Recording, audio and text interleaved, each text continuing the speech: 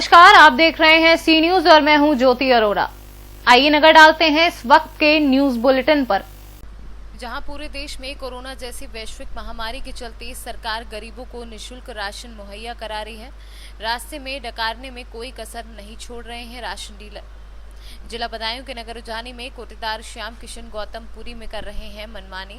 और जब लोग कहते हैं कि कम राशन क्यों दिया जा रहा है, तो उनका कहना होता है कि आगे से आपको राशन नहीं दिया जाएगा।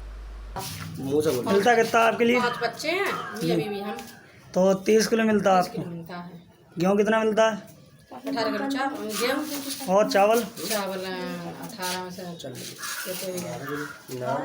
1 यूनिट में 5 किलो तो 35 किलो हो गया आपका। 30 किलो मिलता है। आपको 30 मिलता है, 5 तो वैसे ही कम मिल रहा है। आपका नाम क्या है? सत्यवती। राशन कार्ड पे साथ ही में। अपने बच्चे बता दिए थे। हाँ 5 बच्चे हैं, अभी भी हम हैं। बदायूं से सी न्यूज संवाददाता अंकित चौहान की रिपोर्ट। बहराइच के थाना रामगांव क्षेत्र के जमापुर में एक 12 वर्षीय बालक की मौत हो गई। बालू खनन करने वाली ट्रॉली से हुआ एक्सीडेंट। ट्रॉली पर बालू लदे तेज रफ्तार से आ रही थी ट्रॉली, जहां ट्रॉली जमापुर में पत्रकार ऑफिस के सामने हुआ एक्सीडेंट। मृतक के बालक के पिता की 2 वर्ष पहले हो चुकी है मौत। मां अकेली विधवा है, जिस पर सुलह करने का दबाव बनाया जा रहा है, और वहीं मां का रो रो कर बुरा हाल है। क्या नाम है आपका? जोर से बोलिए। और बाप का नाम? कहाँ के निवासी हैं आप? जमापुर। तो ये घटना कैसे हुई है? आप थे ट्रैक्टर पे?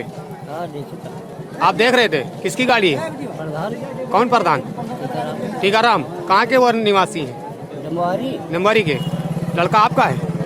हाँ, लड़का आपका छोड़ भाई लड़का हो। अच्छा, तुम्हारे छोड़ भाई का लड़का। उमर गवाह भैया, उमर का जो नाम से लड़का उमर गवाह है। हाँ हाँ हाँ वो मरी। तुम बिन के गाँव के निवासी? हाँ। अच्छा अच्छा। बहराइच से सी न्यूज संवाददाता भोलू तिवारी की रिपोर्ट। एटा के मारहरा थाना अंतर्गत गांव लल्लूखेड़ा में सोमवार की देर रात ओम प्रकाश पुत्र वाले राम का परिवार घर के आंगन में सो रहा था कि अज्ञात बदमाश दीवार में नकाब लगाकर घर में दाखिल हो गए। बदमाश बक्से में रखी एक अंगूठी, एक जंजीर, पैरों की बिछिया, तोड़ियां और नकदी निकालकर फरार हो गए।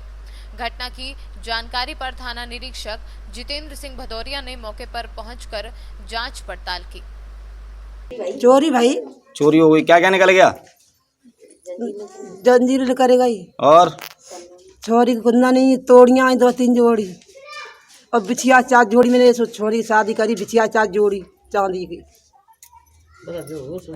सब लिखा रहेगा। तो किसी पे शक है आपको? नाम पता मालूम है कुछ? किसी पे शक है? तो इससे पहले हुई चोरी कोई? अदब में भैंसिया खोली। क्या भैंसी आज रात को ही खोली थी? पर खोली पिछली बार लोग बता रहे हैं कि इससे पहले भी एंडा लग चुका है। क्या ये बात सही है? लगा था तब कुछ निकला था? तब कुछ न लगा। मेरे बच्चा सो रहा है, 2 है। अच्छा घूट न पा, मेरे को 19 रद्दा धर पाई। अच्छा, इनको लाला सो रहा, मेरो सो रहा, मेरे खत्म होगा तो ढूंढ के देंगे।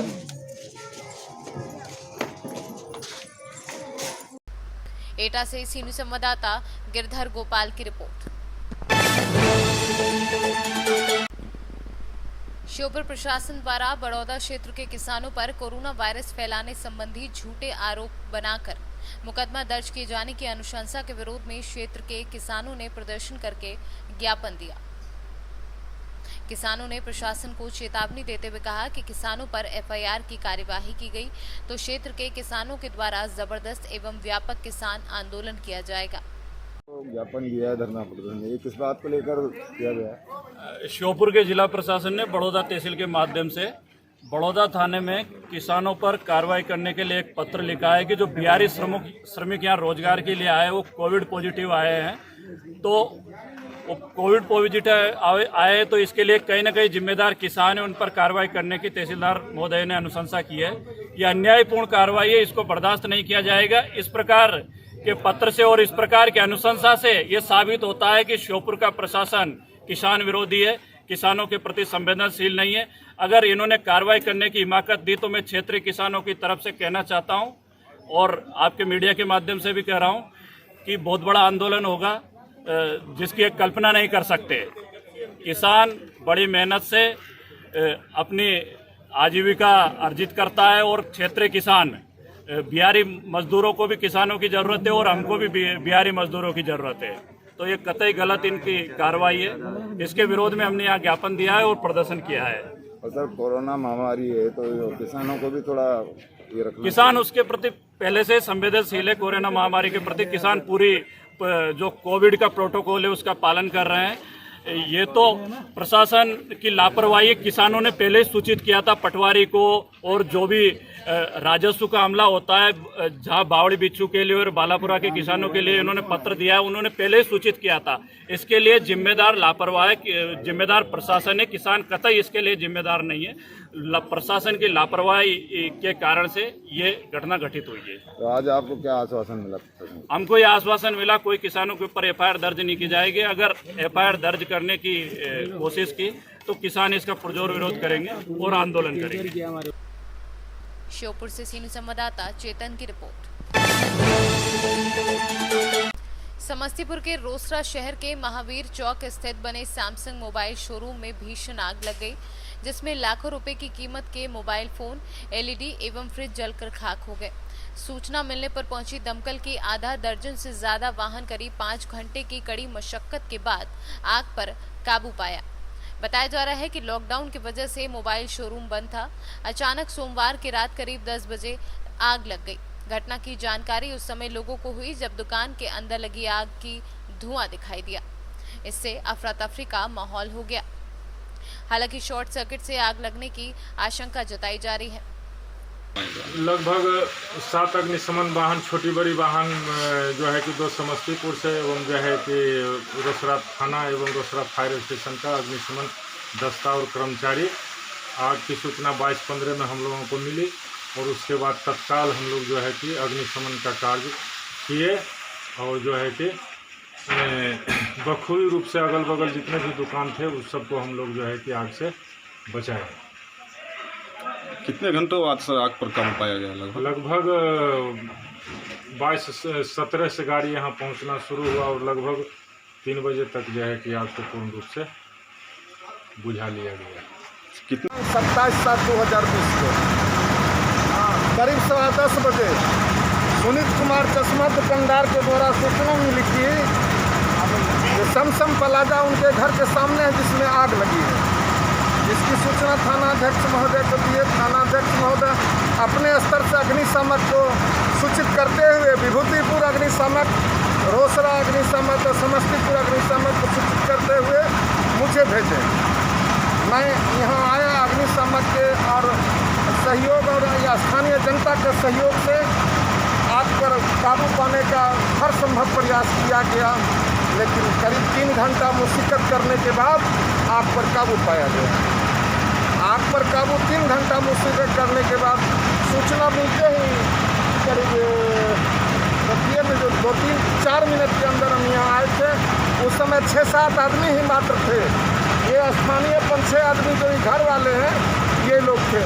बाद में मोहल्ले वाले को जगा के उन लोगों को बुला के उन लोगों से सहयोग लिया गया और आग पर काबू पाया गया 4 घंटे के बाद।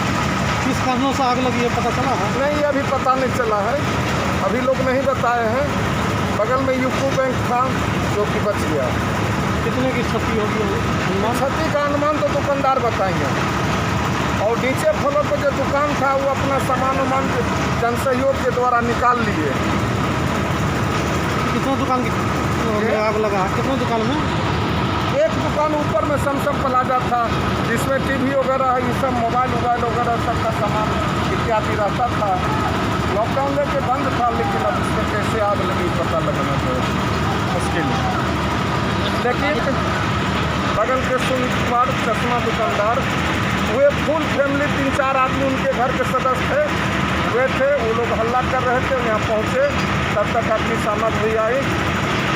पूरे मोहल्ले वासी के सहयोग से, अग्निशामक के सहयोग से 4 घंटे के बाद आग पर काबू पाया गया। थाना को भी सूचित किया गया था। बदामनपुर थाना बेगूसराय जिला से भी अग्निशामक आया जिसका भी सहयोग लिया गया। समस्तीपुर से सीनियर संवाददाता नीरज चौधरी की रिपोर्ट। इस वक्त के न्यूज बुलेटिन में फिलहाल इतना ही। देश और दुनिया की तमाम बड़ी खबरों के लिए आप देखते रहिए सी न्यूज। हर खबर आपके साथ, आपके हाथ।